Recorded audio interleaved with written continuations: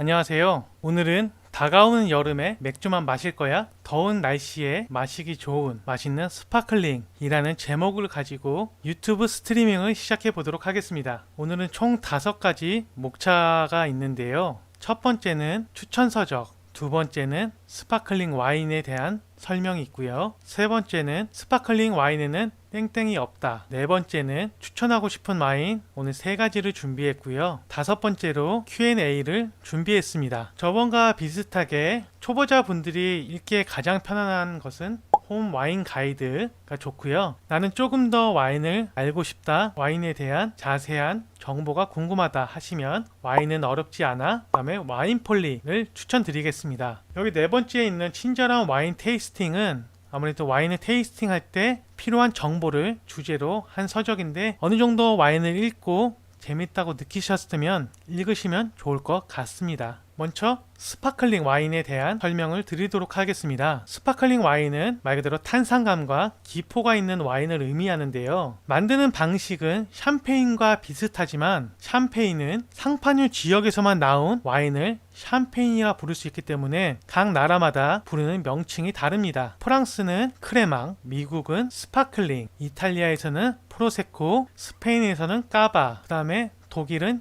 작트라고 부르고 있습니다. 그리고 이 스파클링 와인을 만드는 방식은 기본 샴페인을 만드는 방식과 비슷한데요. 제일 먼저 와인을 만든 다음에 와인을 리케르 드 타르주라고 해서 효모와 당분을 섞은 제품을 와인과 함께 넣습니다. 이것을 넣는 이유는 병 안에서 탄산가스를 만들기 위해서, 숙성을 만들기 위해서 그것을 넣는 건데요. 그 다음에 임시 마개를 통해서 막아두면 안에 이산화탄소가 발생된과 동시에 효모 찌꺼기가 병 안에 모이게 됩니다. 그것을 지하 저장 창고에 최소 2년, 최대 5년까지 보관을 하는데요. 이것을 세우거나 눕혀서 보관하는 것이 아니라 좀 이따가 다시 보여드리겠지만 기울여서 보관을 하게 됩니다. 그 다음에 이게 일정 시간이 지나면서 기우는 것이 조금 더 올라가고 올라갈수록 병 입구 쪽에 효모 찌꺼기가 모이게 되는데요. 이제는 일정 시간 이 되었을 경우에 병 입구를 특수한 장비를 이용해서 얼립니다. 그때 마개를 빼내게 되면 병 내부 탄산이 나가면서 동시에 효모 찌꺼기가 병 밖으로 배출이 되는데 이것을 데고르 주망이라고 합니다. 그 다음 철사망과 마개를 씌우기 전에 와인과 사탕수수를 섞은 리케르 덱스페디용이라는 걸 섞게 되는데요. 이것을 통해서 샴페인의 당도를 조절을 하게 됩니다. 이것을 명칭은 도자주라고 합니다. 근데 사람들이 스파클링 와인을 싫어한다는 이유를 댔을 때 제일 먼저 나오는 얘기가 나는 스파클링 와인 달아서 싫다, 특유의 단맛이 싫다 라고 표현하시는 분들이 계시는데, 스파클링 와인이라고 모두 다 단맛을 가지는 것은 아닙니다. 몇 가지로 나눌 수가 있는데 가장 낮은 당도는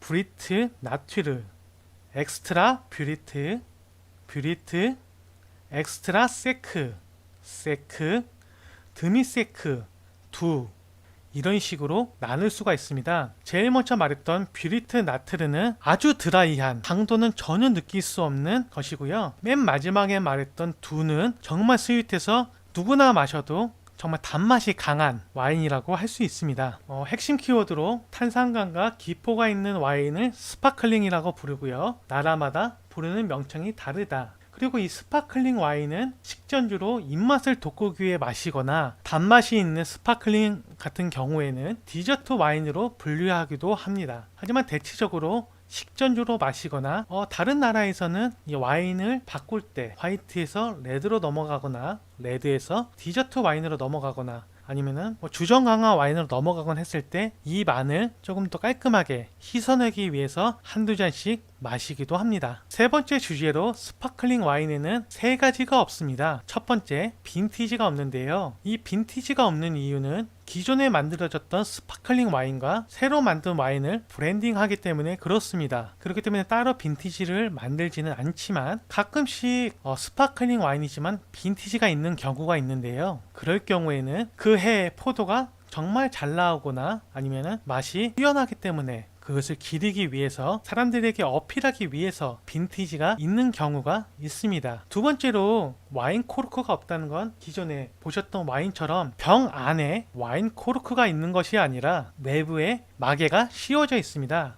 이 내용은 좀 이따가 추천 와인을 말할 때 다시 한번 설명드리도록 하겠습니다. 세 번째로 샴페인 전용잔이 라고는 있지만 마시는 사람에 따라서 잔을 달리 하기 때문에 특별하게 스파클링 전용잔이 없다고 적었습니다. 첫 번째, 나는 향이나 맛을 중요한다면 사진에 보이시는 것처럼 이쪽 볼이 최대한 넓은 잔을 드시는 게 좋습니다. 이런 잔을 버건디 잔이라고도 하는데 이런 잔은 향이나 맛을 조금 더 안에 모이고 더 강하게 느낄 수 있기 때문에 그렇고요. 스파클링 와인을 따르다 보면 아주 오밀조밀한 아주 마이크로한 기포를 보실 수가 있는데요. 저 같은 경우에는 이런 눈으로 즐기는 얇은 볼이 좁은 잔을 조금 더 선호하는 편입니다. 그래서 시각적인 즐거움을 더 중요시 한다면 이렇게 볼이 얇고 가늘고 길쭉한 잔을 드시는 것을 추천하겠습니다. 포인트로 스파클링 와인에는 빈티지, 코르크, 그 다음에 전용잔이 없고요. 볼이 넓은 잔으로는 와인 맛을 좀 더 맛있게 느끼실 수가 있고, 볼이 좁은 잔은 시각적인 즐거움을 느끼실 수 있습니다. 네 번째로 추천하고 싶은 와인은 오늘은 총 3가지입니다. 칠레 미구엘 토레스에서 나온 에스테랄도 로제, 스페인 미구엘 토레스에서 나온 상그레토로 까바, 세 번째 이탈리아 프로세코 발디에서 나온 브룻, 이 총 3가지를 오늘은 시음을 해보도록 하겠습니다. 자, 먼저 보여드리는 와인은요, 프레스코 발디 이탈리아에서 나온 브룻이라는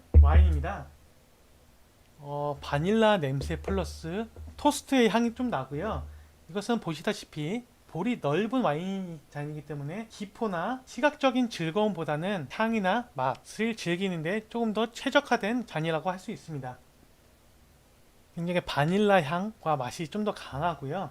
이번에 아무래도 스파클링 와인이다 보니 탄산감 플러스 산미를 동시에 느끼실 수 있습니다. 그리고 굉장히 깔끔한 노란빛이 굉장히 좋고요. 아무래도 잔이 좀 넓다 보니 기포를 보기에는 좀 어려움이 있습니다. 두 번째로 칠레 에스테랄도 로제인데요. 자, 이 와인을 따기에 앞서서 스파클링 와인 따는 방법에 대해서 알려드리도록 하겠습니다. 이 와인 같은 경우에는 안을 감싸고 있는 커버가 따로 없지만 먼저 이 와인을 오픈하기 전에 꼭 엄지손가락으로 꿀을 꼭 막아주세요. 왜냐하면 막지 않은 상태에서 이 철사를 빼다가 코르크 마개가 날아갈 수도 있기 때문입니다. 누른 상태에서 철사를 풀어주시고요. 다 풀기 전까지 이 철사 마개를 제거하기 전까지는 최대한 엄지로 누르고 계시는 것이 좋습니다. 그 다음으로 45도를 기울인 다음에 이 마개를 따게 되는데요. 이때 주의하실 점은 절대 이 코르크 마개가 사람을 향해서 해서는 절대로 안 됩니다. 만에 하나 사고로 인해서 다칠 수 있는 위험이 있기 때문에 절대로 사람을 향해서 마개를 오픈하지 마세요. 두 번째, 이 밑둥 보이시죠? 이 밑둥을 한 손으로 잡고 한 손은 코르크를 잡는데 이렇게 가볍게 돌릴 수 있을 정도로 잡아주시면 좋습니다. 이 아랫부분은 시계 방향으로 돌려주시고 이 맨 위에 있는 코르크 마개는 단시계 방향, 즉 반대 방향으로 돌려주시면 됩니다. 자, 한번 열어보도록 하겠습니다. 이렇게 하다 보면 코르크 마개가 위로 올라오는 것을 느끼실 수가 있습니다. 그때도 최대한 뻥 소리보다는 최대한 살살 돌리면서 지금처럼 픽 하는 소리가 가장 좋고요. 코르크를 안전한 것에 놓고 이번에는 볼이 좁은 와인잔에 따라보도록 하겠습니다.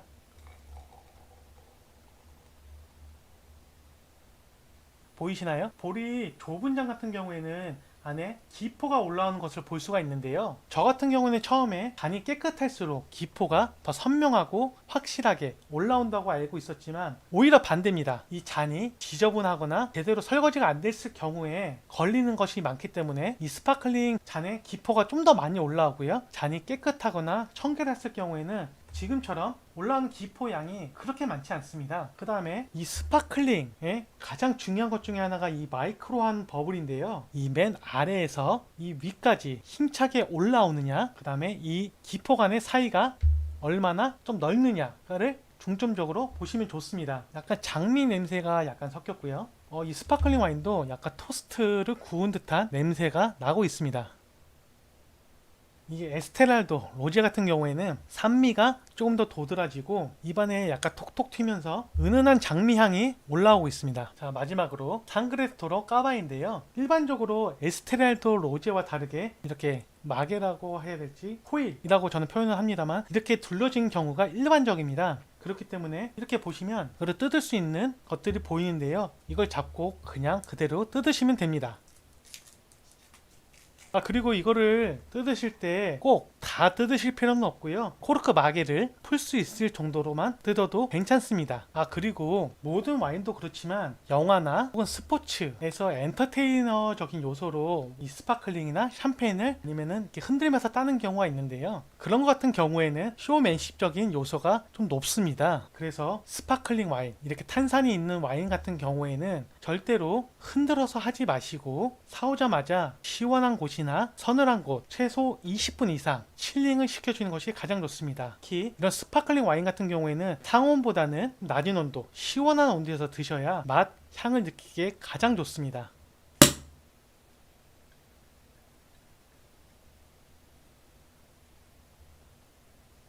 이 스파클링 와인도 기포가 정말 끊임없이 밑에서부터 위에까지 쭉 올라오고 있고요. 기포 사이사이가 넓은 곳으로 보아서 정말 잘 만들어진 스파클링 와인입니다. 이 까바 같은 경우에는 아까 처음에 마셨던 프레스코 발디 브루처럼 바닐라 냄새가 굉장히 진하게 납니다. 그리고 마치 갓 구운 빵 냄새처럼 뭔가 토스티한 냄새가 정말 많이 나고 있고요. 향 자체가 굉장히 기분 좋다 보니까 식욕을 좀 더 상승시키면서 이 와인에 대한 기대감을 불러일으키는 것 같습니다. 이 샹그레토로 까바 같은 경우에는 일단 첫째로 제일 먼저 느낄 수 있는 게 굉장히 청량 플러스 상쾌합니다. 이전 와인들은 약간 산미가 좀 도드라진 거에 비해서 이 와인은 청량감이 조금 더 강하게 나고 있어서 식전주나 아니면 정말 무더운 날씨에 좀 시원하게 와인을 마시고 싶다 할 때 마시면 정말 좋을 것 같습니다. 바닐라빈 향기가 진짜 좋습니다. 지금 총 3가지 와인을 맛을 봤는데요. 개인적으로 이 두 번째 미구엘 토레스에서 나온 상그레토로 까바가 가장 좋았습니다. 특히 저처럼 이렇게 몸에 열이 많거나 더운 여름날 날씨가 점점 더워질 때 뭘 마시면 좋지 하시는 분들에게 정말 추천드리고 싶은 와인이고요. 그 다음에는 프레스코 발디의 브룻, 마지막으로 미구엘 토레스 칠레에서 나온 에스테렐도 로제가 저에겐 정말 좋았습니다. 다섯 번째로 궁금했던 거나 그리고 조금 더 알고 싶은 내용이 있으실까요? 네, 지금 당장 기억이 나지 않더라도 나중에 궁금한 거나 더 알고 싶은 내용이 있으시다면 제 영상에 댓글을 남겨주세요. 다음번에 그 내용을 가지고 이야기를 해보도록 하겠습니다. 일단 와인을 처음 접하시는 분들이라면 스파클링 와인은 정말 좋은 와인 중에 하나고요. 모든 스파클링 와인이 달거나 무조건 드라이하거나 하지 않기 때문에 드시는데 호불호가 크게 갈리지 않을 것 같습니다. 특히 스파클링 와인은 여행 중이거나 파티 중이거나 아니면 이렇게 날씨가 점점 더워지는 여름에 마시기 정말 좋은 와인이고요. 와인을 좀 접하기 힘든 사람들에게 꽤 괜찮은 입문자용이 될 것 같습니다. 바쁘신 와중에 제 스트리밍을 들어주셔서 감사하고요. 즐겁게 보셨다면 구독과 댓글, 그 다음에 알림 설정 부탁드리겠습니다. 그러면 다음번 스트리밍으로 또 찾아뵙도록 하겠습니다. 감사합니다.